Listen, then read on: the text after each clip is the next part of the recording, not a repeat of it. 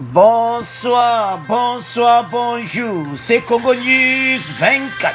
Bande Konanga, comme toujours avant de commencer notre émission, nous disons merci à Dieu. Nous disons merci à nos chers abonnés et téléspectateurs qui nous suivent partout dans le monde et en RDC. Bande Konanga, soyez les bienvenus. À la une, interview Bandeko. Ya Jetini Ngobila sur Kinshasa et le séjour du Grand P à Kinshasa. Alors, Bandeko Tokoyoka, Jetini Ngobila, alobi ke yemuta bengsaki Grand P. Ako explique nyonso nde makambo elekaki na ndenge oyo bafoto batiaki makambo ebele. Alors, bandeko nanga tozala connecté tokodéveloppa ensemble.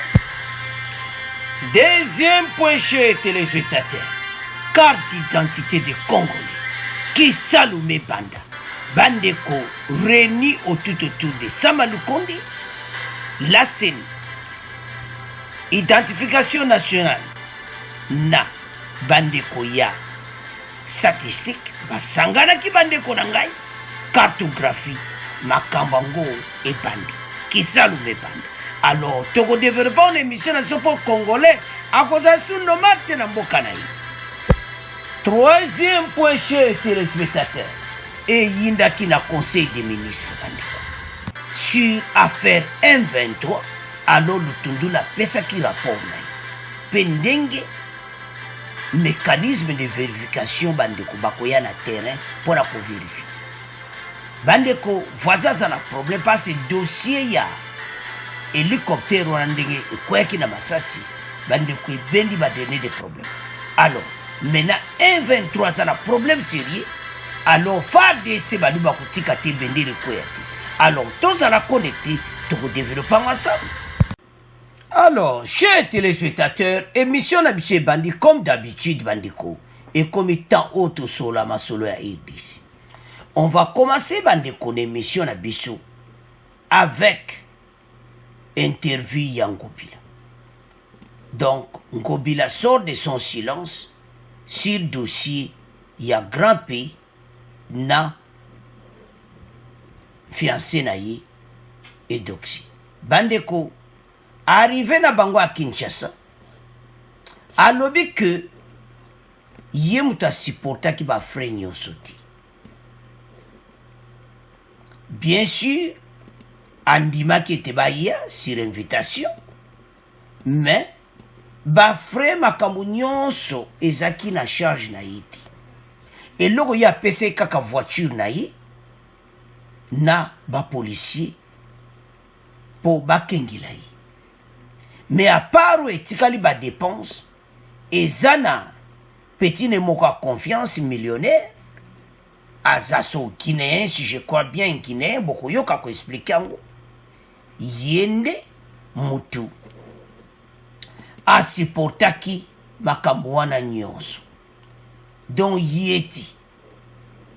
Alors bandeko soki totali dossier oyo batu baloba que amise mbongo à l'état pona bopeto Ngobi alobi ya yaki pona bopeto ti Ngobi la kutana kina yende na Conakry bakangaki photo wana. Alors photo wana ebele balobela ki bozomona wana bakangi na ye balobaki na ndenge makambo ebele. Alors que akutana kina bandeko kuna na Conakry nde bayebisaki ke Grand P, je m'excuse, aya na Kinshasa. Alors, sikoyo Ngobila eloko sali e passe ndenge ba photo etambula ki na réseaux sociaux. Ndenge oyo lobama ki a dépensé ba mbongo ebele tout ça alors que yé a dépensé ki le côté. Yé a pese ka mutuka na yi. Alors, dans l'avant-midi à Rotana Hotel, dans la commune de la Gombe, où ils sont logés, la commissaire générale provinciale en charge de la culture et art, Yvette Tabou, a eu un bref entretien avec les deux artistes. Asola Kinabang, Grand P Aza, Obalobaka, moto ayebani artiste donc célèbre donc bayebi monde en tout cas bayebi na bango moto nyonso ayebi mais eloko ngobila azo regrete ndenge bamemaki bafoto na réseaux sociaux ndenge bapanzaki banouvelle wana esalaki bien te. Alors sans plus tarder toyoka ngobila bon tokontinue mission na biso. Ngai ntango nake na Conakry mpona kotala ndenge nini société oyo tosinye na bango contrat mpo basala makambo mosala ya célébrité awa na kati ya Kinshasa. Société wana baza baturke me basala deja célébrité na Guinée na ville ya Conakry. Bayebi na biso avant tosinye biso lobi non ifo tokotala deja ndenge boza kosala na Conakry. Tokomi kuna tomoni nde baza kosala pendant que tozali kuna tomoni bacongolais ebele bayeba biso tomoni mpe baguinéen ebele bayeba biso et puis namoni mopwana mobali moko komona esila ye aza manager ya grand p ayo contacte ngai bien non voilà biso tosepelaka non tomoni ndenge nini bozobongisa kisasa décoration kitoko na noël esengeli grand p aza na besoin akutana na yo nabi akoya komona ngai aye akangi na ngai foto wana etamboli mokili mobimba bato ebele basepeli nango me bato mosusu badongolo miso ya mitema mabe mitema zabulu balobi o ngobila ake na Conakry koluka bainvestisseur alobi ake koluka grand p mpona aya kokumba Kinshasa bopeto me biso okendaki mpona albarak oyo baza koyaka na Kinshasa dans 2 semaines mpona kobanda misala ya salibote. Alors ekende wana bon lokola ngai mpe nakipaka na ngai makambo mingi oyo bato balobaka te nayebi naosala mosala na ngai soki moloko na kosisa bokojuge oyo ngai nasali bocompare na oyo basala avant ngai. Alors ntango mpe nazongi awa bon j'avoue que courage ya grand p esepesanga makasi mpo na ngai aza akomi ami na ngai ndenge aza wana aza masa na ngai deya naotosola na ye naotosola na ye kala mingi te ntango nazongi na Kinshasa navandi awa parce que le mois passé petit na nga moko ya guinéen nga nazoloba boye naza bamasa ebele parce que ntango naki na poto naye na société na employa bacongolais ebele baivoirien basénégalais baguinéen bacamerounais baza ebele bikolo ebe donc nazali motu oyo nayebani na bato wana nyonso na bapeti ebele na afrique na mpe na bakulutu ebele. Alors nazongi awa petit na ngai Amadou Ganila bien namonaki foto na yo na grand p na Conakry bien en tout cas pitu wana grand p aza peti moko bien tout ça tobengi tosololi na ye tout ça bien vie solingi nakobengisa na kena nga ape kobengisa aza ti moko bien abengisi grand p ye moko Amadou Ganila aza peti aza millionnaire ana balanga na ye il pèse plus de 300 millions de dollars peti wana abengisi grand p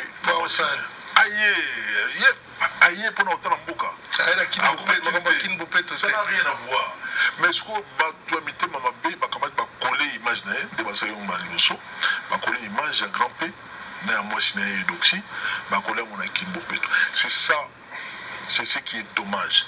Ndenge bokoki kozwa image ya moto lo ndenge na ndenge wana bokole yango monsieur le gouverneur, vous changez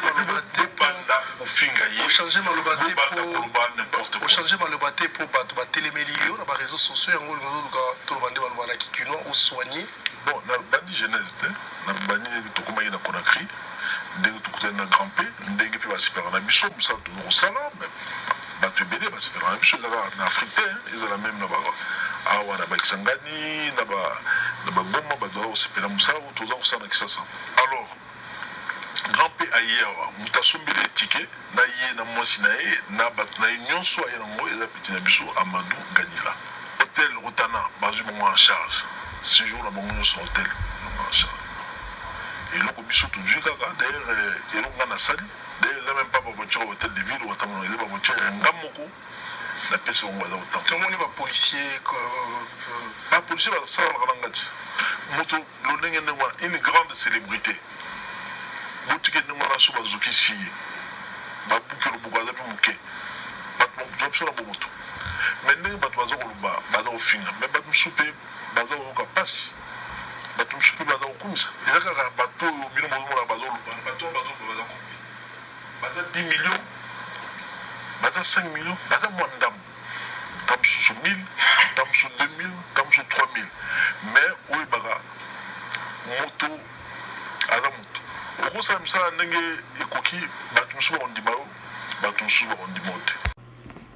Alors bandeko na nga nous avons suivi tolandi ngobila très bien biso nyonso mene komi tanto analyse yango ngobila lobiki akendeki Conakry akutani société wana ya baturk po baya kosala mosala na RDC. Alors baya kokutana na grand P bakangaki foto bafoto wana etambolaki epuis eloko esali mawa ndenge oloba wana ndenge koma bazwaki foto wana batiango na Kin Bopeto. Mais soko otali na banini nyonso ndenge alobi ya yambaki il avait invité mais baséjour na ye makambo nyonso ya grand P ezalaki na jeune wana monsieur alobi ya millionnaire Amadou. Donc il y a dépensé le côté biso to loba oyo ya lobi et puis à lobi que ça n'a rien à voir avec Kin Bopeto. Alors boyeka biso ba congolais ndenge tozalaka tozwi ba photo to bambi côté wana en tout cas tosala mabe loba likambo oyo ezali ndenge eza. Le problème que nous avons, c'est-à-dire awa tozolinga to clarifier mom que la façon yepe a kozane raison façon de biso to memaka maka. Mais ce que tali image en général ezo mo lokola ki ayaki pona Kin Bopeto à 8 ans nyonso lelo ekobima. C'était le vendredi, le 1er avril. Sort de son silence à celle qui interview. Alors, bandeko, tolandi exrewana. Dongo bila namalobana ye. Do pone azomona ki baolo bakabimisi mbongo à l'état quoi, si je comprends bien. Ya lobi yé mouta dépensé. C'est pour ça que yé mouta dépensé. C'est un budget hôtel de ville. Admis bon à trésor public pour na séjour. Il y a artiste monene grand P na RDC. Vous avez bande konanga. Mais il y a lobi que séjour nyon se zaki fait na Amadou oaza millionnaire ou autotanga kombo tolandi. Mais c'est ngobila ba congolais ba koyoka na bango mais est-ce que ba ko croire ba congolais ba saka ni deke ndema kamone le kaka na mars. Donc j'ai tenu ngobila mutasala ki tout ba dépense nyonso. Alors soto landi ango de près.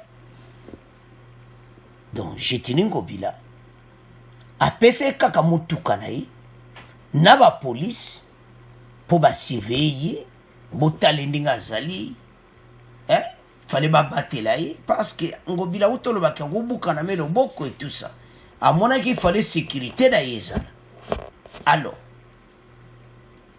soto landi be explication là en tout cas ba komi bami a utolo ba ke ba uto sola na ye do ba komi pena ba mi na grand P ba ono cause na ba.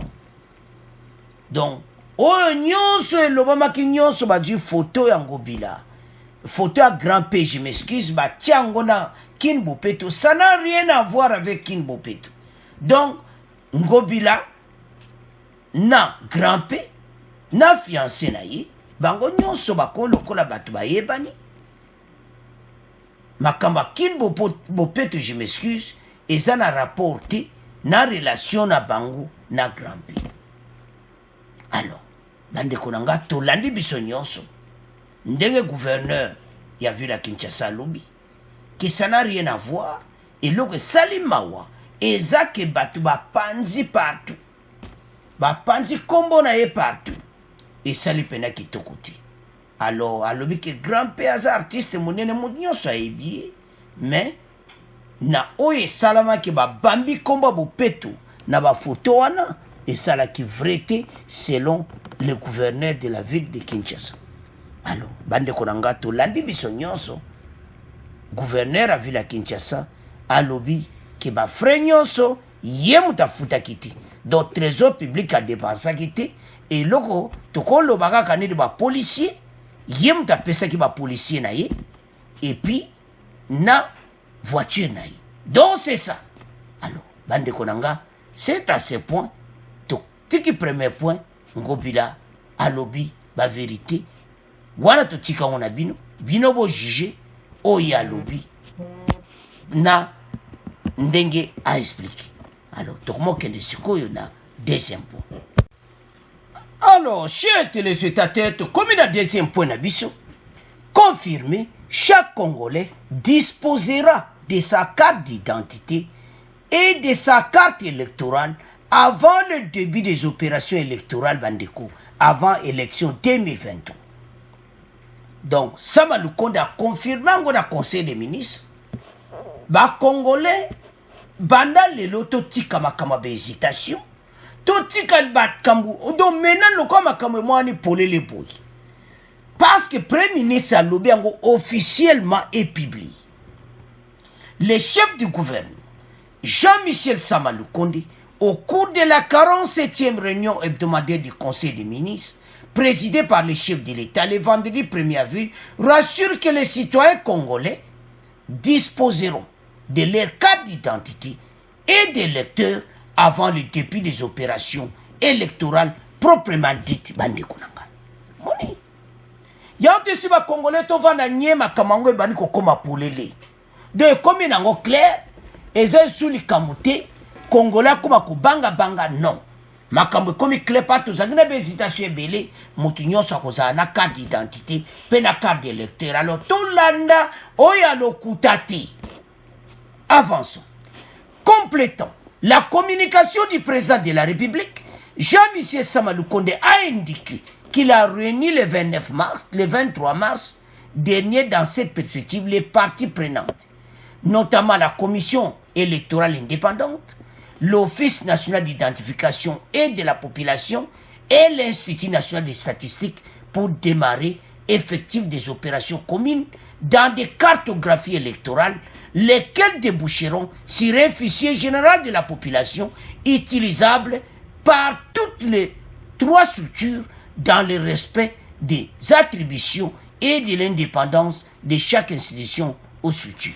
Sama Lukonde alobi na photo wana bozomona ezalaki semaine okuna asangisaki commission électorale indépendante, la CENI dirigée par Kadima, asangisi ministre ya plan bato nyonso yabe Institut national des statistiques, Office national d'identification, bango nyonso basanganaki epai ya premier ministre basalaki réunion ezalaki mpo na cartographie électorale. Bandeko tolande pour makelele eza tellement trop, il y a toujours des hésitations, yango atotie le bino carte d'identité, carte d'électeur okozanango mibale. Bandeko gouvernement soki balobi likamba salaka oh Congo News 24 okotelaka gouvernement oyo, mais parce que tomonaka makambo ebele so balobi basali. La majorité, oui, il y a les hauts, les bas, les kamope, sali, qui salamité, mais la bandeko, la plupart de makambo oyo gouvernement, il y a Sama Lukonde na Félix Tshisekedi ceux qui balubi basalaka. Ya on biso linga kaba message ya solo, biso linga kaba précision. Congolais kotikala dans les noirs qui avant da kaka bongo, azo ibezo lekate, bandeko, il est temps. Oyo tunini, il y a trop de bandoki à Congo, partout badongolo miso, o balinga kama kamba bien te na EDC. Non, bandeko to changer. Élection ni kozala te, nde tozomona, glissement, bloc patriotique basangani, Fayulu et PPRD FCC Katumbi. Donc surtout on a vu tout débrouillé et que gauche droite non. Maintenant nous avons la confirmation. Le chef du gouvernement l'a précisé Bandeko Nangai devant les chefs de l'État, devant tous les ministres, que avant l'élection 2023, Congolais a cause na carte d'identité, na carte d'électeur. Donc mon colango et cause la fête na Kinshasa. Point de tout le babo. Chers téléspectateurs, les Congolais ont beaucoup souffert. Peut-être que vous connaissez, peut-être que vous ne connaissez pas. Toza peut-être le seul pays africain où toza nomade dans notre propre pays. On n'a pas d'identité. Vous imaginez que le gouvernement va salir 20 ans au pouvoir. Ils nous ont donné sur la carte d'électeur et comme carte d'identité. Et c'est bon, on a mondiné. Carte à voter, ça carte à voter, ça paie. Et ça, il y a les Rwanda. Et c'est les. Mais comme carte wana et comme la carte d'identité na Kinshasa baza ko utiliser. Voilà passe ya mboka. Voilà Sonia RDC. Ce qui va lobi ba kuti mboka ane kufa oh fati ya lobi. Tala ba Congolais ne ba bande ko mission lelo. Congolais ko zane sengwa ko sakonde parce que c'était ba lobi makamunyo sur le 1er avril au Conseil des ministres. C'est bien confirmé et puis ça m'a le conduit à l'oublier. Bandeko et comme tant au CP là. Les Congolais nomades dans leur propre pays et comme tant au yuto comme na ba identité. Bandeko nangai makambango ekoki. Tango ekomi oyo Congolais nyonso a CP là. C'est-à-dire bientôt c'est le démarrage effectif des opérations communes de cartographie électorale, lesquelles déboucheront un fichier général de la population utilisable par toutes les trois structures. Trois structures en Ouezabanani. Tolanda très bien. La CENI dirigée par Kadima, l'Office national d'identification de la population ONIP et l'Institut national de la statistique. Et pas wapito au moins ministre à plan, bango nyonso bandeko, cartographie ezo salama, makamu nyonso eza tracé. Quelle joie! Bas kutaraki le 23 mars et pas sama le Konde pona makambu oyo ko publier en maintenant c'était le premier na conseil des ministres. Cette réunion avait aussi pour objectif d'accélérer le processus de mutualisation des opérations d'identification, de recensement et d'enrôlement de la population après la signature des différents décrets. Le 23 wana sama le Konde abengisaki bango batu oyo bazotala makambo ya identification ya bakarte d'identité, batu oyo bazotala makambo ya statistique, batu oyo bazotala donc bango nyonso les trois parties prenantes na CENI bakutanaki pour la signature des différents décrets. Moto na moto azosala département na ye mais bango tout baza sur cartographie électorale. Donc bien fait, Masolo et Bandi. Donc c'est ça. Tout ça dans la joie. Pendant l'émission Zoleka, Congolais moteme ça. Donc elengi biso nyos mende représenter émission. Nazoka plaisir pourquoi? Et ça la kasoni. Nous sommes parmi les pays oyo bazata na carte d'identité. Et puis baza mingiti. Si on atteint ka ba voisin, Rwanda baza na carte d'identité. Uganda baza na carte d'identité. RDC oyo makambo soni. Botambu simboka pendant plusieurs années. Yana lobaka chef soto lobio PPRD le msoso ba mboke kufa, PPRD bazo silika. Mais bazo silika pour ni tant que un Congolais en RDC sazo tambola sans carte d'identité, aza nomade dans son propre pays. Bon sikobo lobake, ba lobate. Bando sala ka soni. Bando photo reconte de kamoko. que Fatia zongiseli biso elengi ya mboka. Fatia apesi biso sentiment kozala congolais. Il y avait un moment, je me souviens, ba congolais ba Congo ba mboka ndeni nango. Bande ko kena Angola. Basana ba carte. Ba pays voisin. La majorité tout ba na ba carte d'identité. Seulement la RDC. Naïbite ceux qui vraiment, tous ces docteurs, des professeurs, aux alentours des ex-présidents de la République Joseph Kabila. Naïbite ceux qui téma na bango, naïbite nde bazali ko tambola, bazali ko mona te vraiment que Congolais ont une identité. Bande ko identité c'est le kama osaka na ngote. C'est pour cela que un incident salami, police azana moi-même okanga mututi. Kasongo musala kitoko ibandi. Badongolo miso mayele sili. Pourquoi toujours le babon? Parce que et comme temps oyo bako telemisa yo wana police carte d'identité s'il vous plaît. Batalika carte d'identité originaire d'où? Oh amutio bon. Originaire de Sud Kivu. Le Sud Kivu. Originaire de Sud Kivu. Wapi. Mboka na binoni. Bande kota, monde tozalaka biso nyonso. Muta za na village. Muta yebi origine na ye. Pourquoi toujours le babon? Ce qui muta keko samba. Ce qui bolanaki procès même à 100 jours. Baso tuna mwana bolanaki me batunaki be interview na mwana ya Kamere ba tuna origine batuna mela mwasi ya Kamere batuna origine tu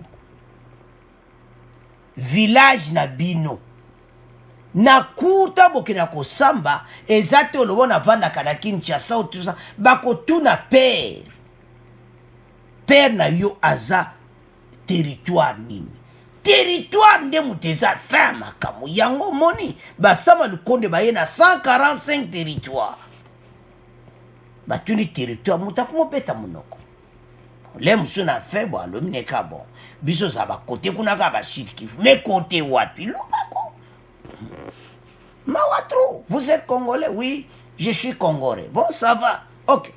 Batali kabo. Bon, ça va. Origine as origine, voilà.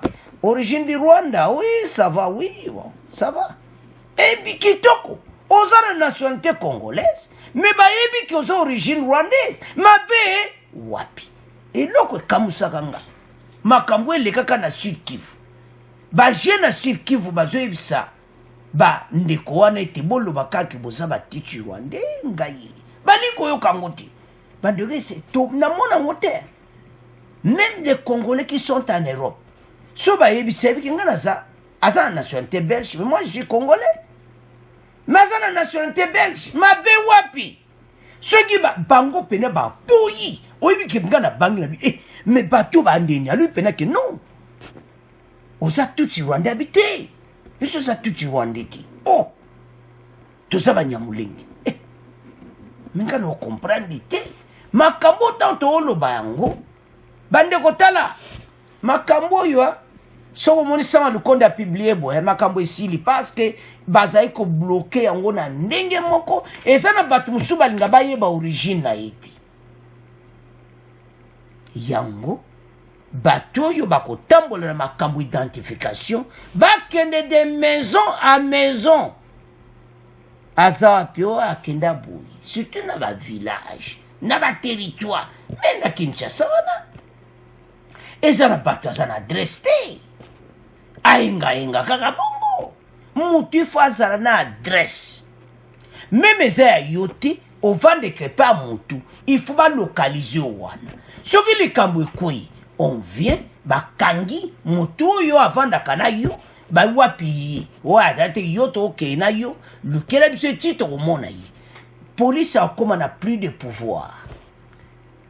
Police na biso azoluka moto abungi eza mawa soko tali la façon dont naba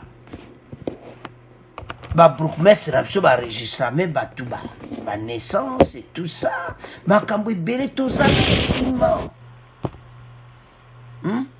nalandaki mission moko na Brazzaville.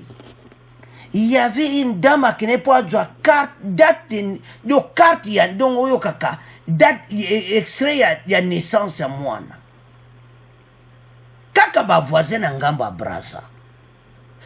Et ça papier moko mutuya. Attestation de naissance. Mais bon, t'allez pas na biso. Ceux qui t'osent le sont fatigués, les biso va vraiment kambabouille. Au lieu de commissaire, non, nous sommes naïfs. Avançons. Conformément à la nouvelle feuille de route adoptée par le gouvernement, rassure que toutes ces opérations se termineront avant le début des opérations électorales proprement dites. Et chaque citoyen disposera bel et bien de sa carte d'identité ainsi que sa carte électorale, rapporte Patrick Mouyaya dans son compte rendu. Tous ceux qui voient. Bolandaki Patrick Mouyaya. Tango mwekoki. Bato bazaye ko freiner makama ma carte. Yango. Maele sili bango. Congolais a eu carte d'identité. Tout vous avez sous ba nomade te na mboka na biso. C'est à ce point. Tout tiki deuxième point. Tout ke na troisième point. Alors, bande konanga to komi na troisième point na biso. Rencontre le Tundula et Karega sur les deux Rwandais.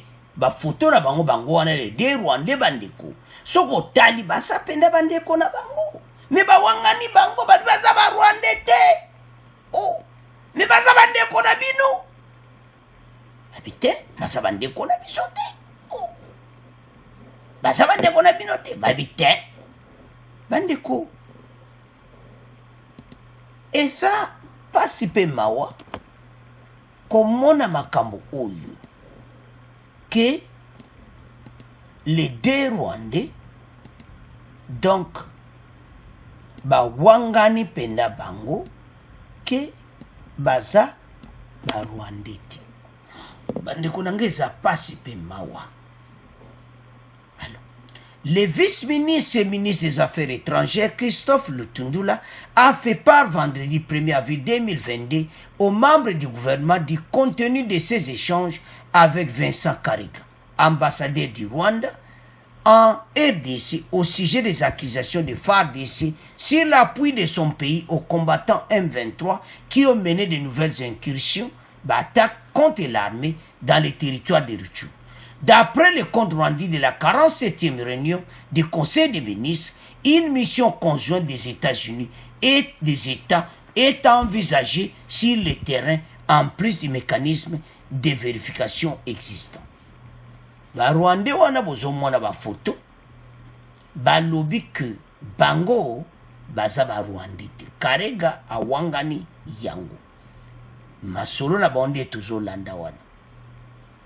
Des combats opposés depuis une semaine l'armée congolaise et les rebelles du M23 dans plusieurs villages, notamment du groupement de Djomba, poussant les populations de la région à fuir vers d'autres agglomérations du territoire de Rutshuru et vers l'Ouganda.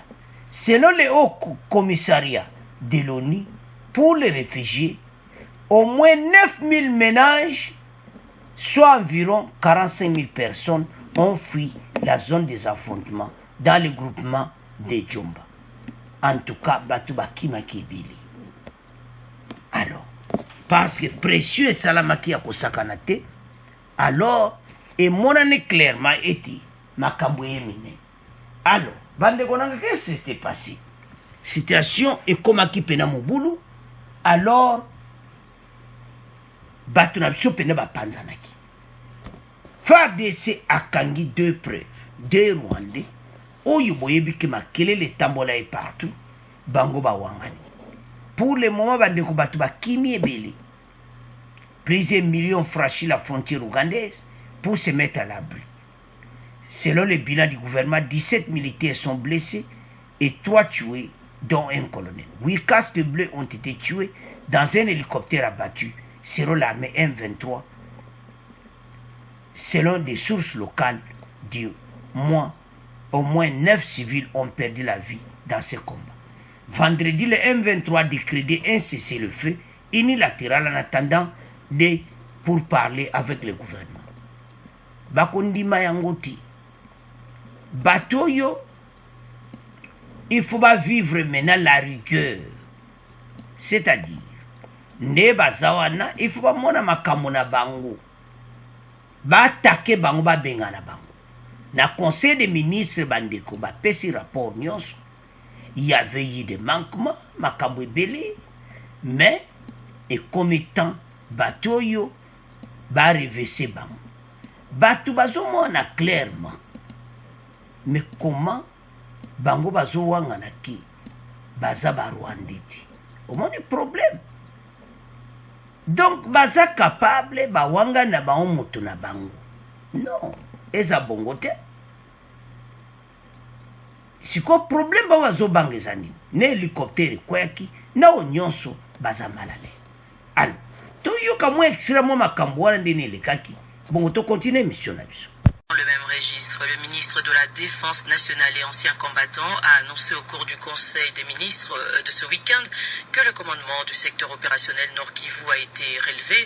Selon Gilbert Kabanda, une défaillance a été constatée au niveau de ce commandement à la suite de l'offensive de M23 contre les positions des FARDC. Notez par ailleurs que dans une déclaration datée du 1er avril, le M23 dit décréter un cessez-le-feu unilatéral sur les lignes de front du groupement Djomba dans le territoire de Rutshuru au Nord Kivu. Jusque-là, le gouvernement congolais n'a pas encore réagi à cette déclaration. Alors, bande kotolandi biso nyonso wana oyo esalamaki ezalaki mawatu bango bazowangana mena bakomi na problème pense que bato bakoze bandeko na biso pasi mingi so tala ebele bato bakimi nde tomoni soko otangi wana. Mais lelo bazoya kopesa cesser le feu unilatéral. Mais tolobaka na émission passée te cesser le feu wana bandima yango te. Alors, problème toza na ngwawa eza photo oyo ya bango mibale. Est-ce que bato oyo baza ba Rwanda te? Eloko ezomona nango polele. Mais bango bazo wangana. Baza ba Rwanda. Tozoyeba te ke bango ba wangana baloba keza yango te bandeko loko komi na voisin mena ba komi na problème sérieux na oyo nyonso elekaki mayele si esili bango bazoyeba te eloko nini bakokosala pour le moment parce que situation comme obulu bango baregretaki ndenge nini makambo oyo ekomaki niveau international. Mais lelo bazoyeba te eloni bakokosala avec cette situation parce que mokili momezo loba yango pour le moment et puis hélicoptère wana masoloka yango wana basalaki cérémonie bandeko na Goma barapatrie bibembe wana ya pakistanais ya russe wana oyo nyonso bakufaki na yango. Mais FARDC alobi keza bango moto babetaki masasi ba 1-23 bawangani. Rwanda a nié carrément que bango baza ni de près ni de loin na makambo oyo. Alors bandeko na ngai eza pasi pe mawa eloto ntoloba na bakongolais ezani ke dossier oyo bandeko eza dossier moko eza somo parce que bato bakimi ebele bandeko na biso basouffrir na ndenge ya mokiti. Mais maintenant comment se sentir problème parce que maintenant baza encerclé FARDC aza partout armée ougandaise aza de l'autre côté maintenant baano mayele na bango esili. Alors mais eloko constaté na conseil des ministres pe ezaki nini défaillance wana pe nde tolandi na extrait wana FARDC mena bayebi nde nini bako attaquer bango mpona bal faut babengana bango. La décision a été prise et il faut se débarrasser na batu oyo parce que bakomba na bandeko esalaki à peu près une semaine batu bakimi ebele ba village bake na ngambu botala ba problème toza nango tozobunda na ADF tokondi soko bunda na bato oyo et puis bato bazomona clairement ke baza barwandais bango balobi baza bango te mais bango wana bazomona clairement soki balobi ki armée wana mobimba ba M23 bango nyonso wana bawuti baasipote na Rwanda bango bawangani en bloc Karega ndio mu wakutana tundola na boyi nyonso na conseil des ministres menelo ni basali. D'après le compte rendu de la 47e réunion du conseil des ministres, une mission conjointe des deux États est envisagée sur le terrain en plus du mécanisme de vérification existant. Sikoyo bazoya na terrain ba vérifier ce qui baza ba Rwandais. Mais ce talika baza ba Rwandais. Alors, le tour de la PC rapport na rencontre avec na Karega que les deux Rwandais yo makambo tu elikaki mécanisme de vérification bazoya ba vérifier. Po bango bazo wanga. Ezo sala soni pe mawa parce likambo eza polele bango komokima eloko eyeli bango ngai eza problème hélicoptère. Hélicoptère wana yaba oni elobi ndeko moko biso bato bakufa ebele mais o kaka ya oni ekoyaki soko yoki bandeko makelele ya kosakana ti ozomona et maintenant makambo bweso esalami tozomona kaka accident esalami ke basasi ezwi yango mais suite nango ekoza makambo ebele toyokaki États-Unis alobi toyokaki ye mo Guterres alobi et puis o aza adjoint Guterres aza na Goma kana makambo hélicoptère ekoyaki basali cérémonie wana ebibemba bato wana tu ya bato bakufaki o bazalaki ya bord bakufi bango nyonso sikoyo o nyonso basalaka biso ekomozongela bango kala te na makambo kaka oyo hélicoptère tokoyoka na mikolo koyao parce maintenant mécanisme de vérification bakoya bakovérifier